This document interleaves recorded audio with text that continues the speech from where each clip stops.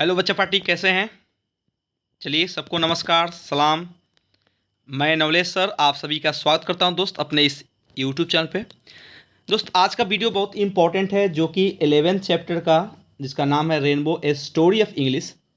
उसी का चैप्टर 2 जो है बाबू, जिसका नाम है इंग्लिश डाउन द एजेस, उसका हम लोग ऑब्जेक्टिव और सब्जेक्टिव क्वेश्चन आज करेंगे। ठीक है माय डियर? तो देखिए, आपके सामने ये क्वेश्चन है, आप देख सकते हैं दोस्त।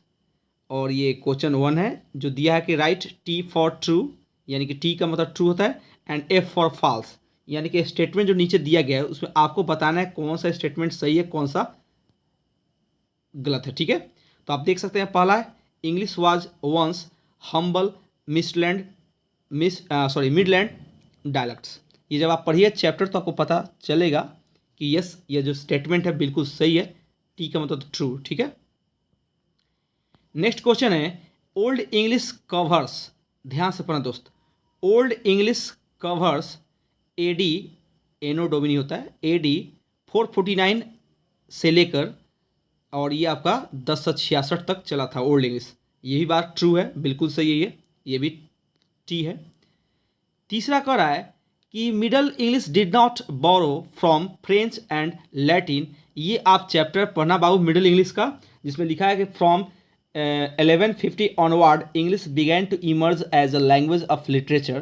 The language was enriched through extensive borrowing from French and Latin. ये यहाँ पर जो दे रहा है बाबू, ये सी नंबर फाल्स दे रहा है, क्योंकि वहाँ पे दे रहा है कि नहीं, ये फ्रेंच और लैटिन से बोरो लिए, उधार लिए हैं वर्ड, और यहाँ कह रहा है कि नहीं लिए हैं। The present era is the period of new Englishes. अब कह रहा है द प्रेजेंट एरा, ये न्यू इंग्लिश का एकदम बिल्कुल सही है, ट्रू है। तो मेरे प्यारे छात्र, ये ट्रू है। आपके लिए यहाँ पे 4 ऑप्शन दे दिए, देख सकते हैं आप। पहला ट्रू, दूसरा ट्रू, तीसरा फॉल्स, चौथा आपका हो गया ट्रू। कोई दिक्कत? शायद मुझे लग रहा है कि आपको दिक्कत नहीं होना चाहिए। आगे देखिए, क्वेश्चन आंसर बता रहा है आप लोगों को। ठीक है माय डियर, अब क्या पढ़ेंगे हम लोग? क्वेश्चन। चलिए दोस्तों, पहला क्वेश्चन है कि which language is spoken by the maximum number of people. ये फर्स्ट क्वेश्चन है, which language is spoken by maximum number of people.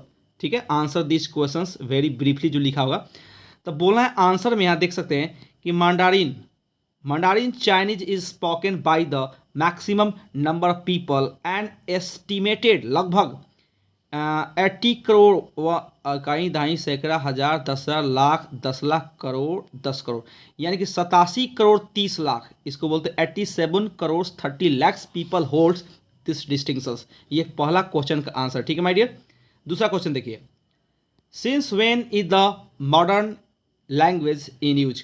कब से मॉडर्न लैंग्वेज यूज में आया, कब से? दिया भी है, since when is modern language लिख दिया। ओहो मेरे प्यारे छात्र, इस लैंग्वेज के हटा के यहाँ पे इंग्लिश कर देना। ओके, इसमें लैंग्वेज की तो बातें नहीं है, मॉडर्न इंग्लिश है। ठीक है, since when is the modern English in use. ठीक है भाई साहब, बता सकते हैं। आंसर दिया है कि मॉडर्न इंग्लिश, कितना गलती जिसको देते हैं टाइप करने के लिए गलती करता है। ये मॉडर्न स्पेलिंग, ये देखो यहाँ से इसको बनाना है मॉडर्न इंग्लिश। क्या लिखना है माय डियर? Modern English. ठीक है दोस्त, मॉडर्न इंग्लिश करना, ये मिस प्रिंट है। Modern English is in use since AD, modern 1500 से ऑनवर्ड। ऑनवर्ड्स का मतलब होता है आगे, ऑनवर्ड्स मीन्स का होता है आगे, अभी चल रहा है, यानी 1500 से शुरू हुआ और अभी तक चल रहा है। ठीक है, आराम से लिख लेना। ठीक है माय डियर, तीसरा क्वेश्चन देखिए, आपको बता रहे हैं। थर्ड क्वेश्चन चलते हैं माय डियर। थर्ड क्वेश्चन है बाबू कि which period characterised by inflection. पता है आपको इनफ्लेक्शन का मतलब होता है बाबू, आप बोल सकते हैं इसका मतलब एक मोड़ भी होता है। ठीक है, मोड़ जो यहाँ पे विभाग बनता है ना, उसको इनफ्लेक्शन बोलते हैं।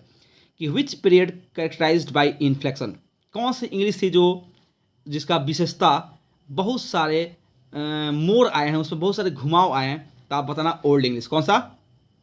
Old English. देखिए answer, the old English period is characterised by inflection. पढ़ेंगे, शुरू में लिखा होगा आपका, यहाँ पे ओल्ड इंग्लिश का पढ़िएगा। The old English period is characterised by inflection gradually over a period, दिया है, आप देख सकते हैं। ओके, चलिए नेक्स्ट चौथा क्वेश्चन है my dear, why did the old English period fail to produce literature of much significance. Answer देखिए यहाँ पर दिखाई दे रहा है,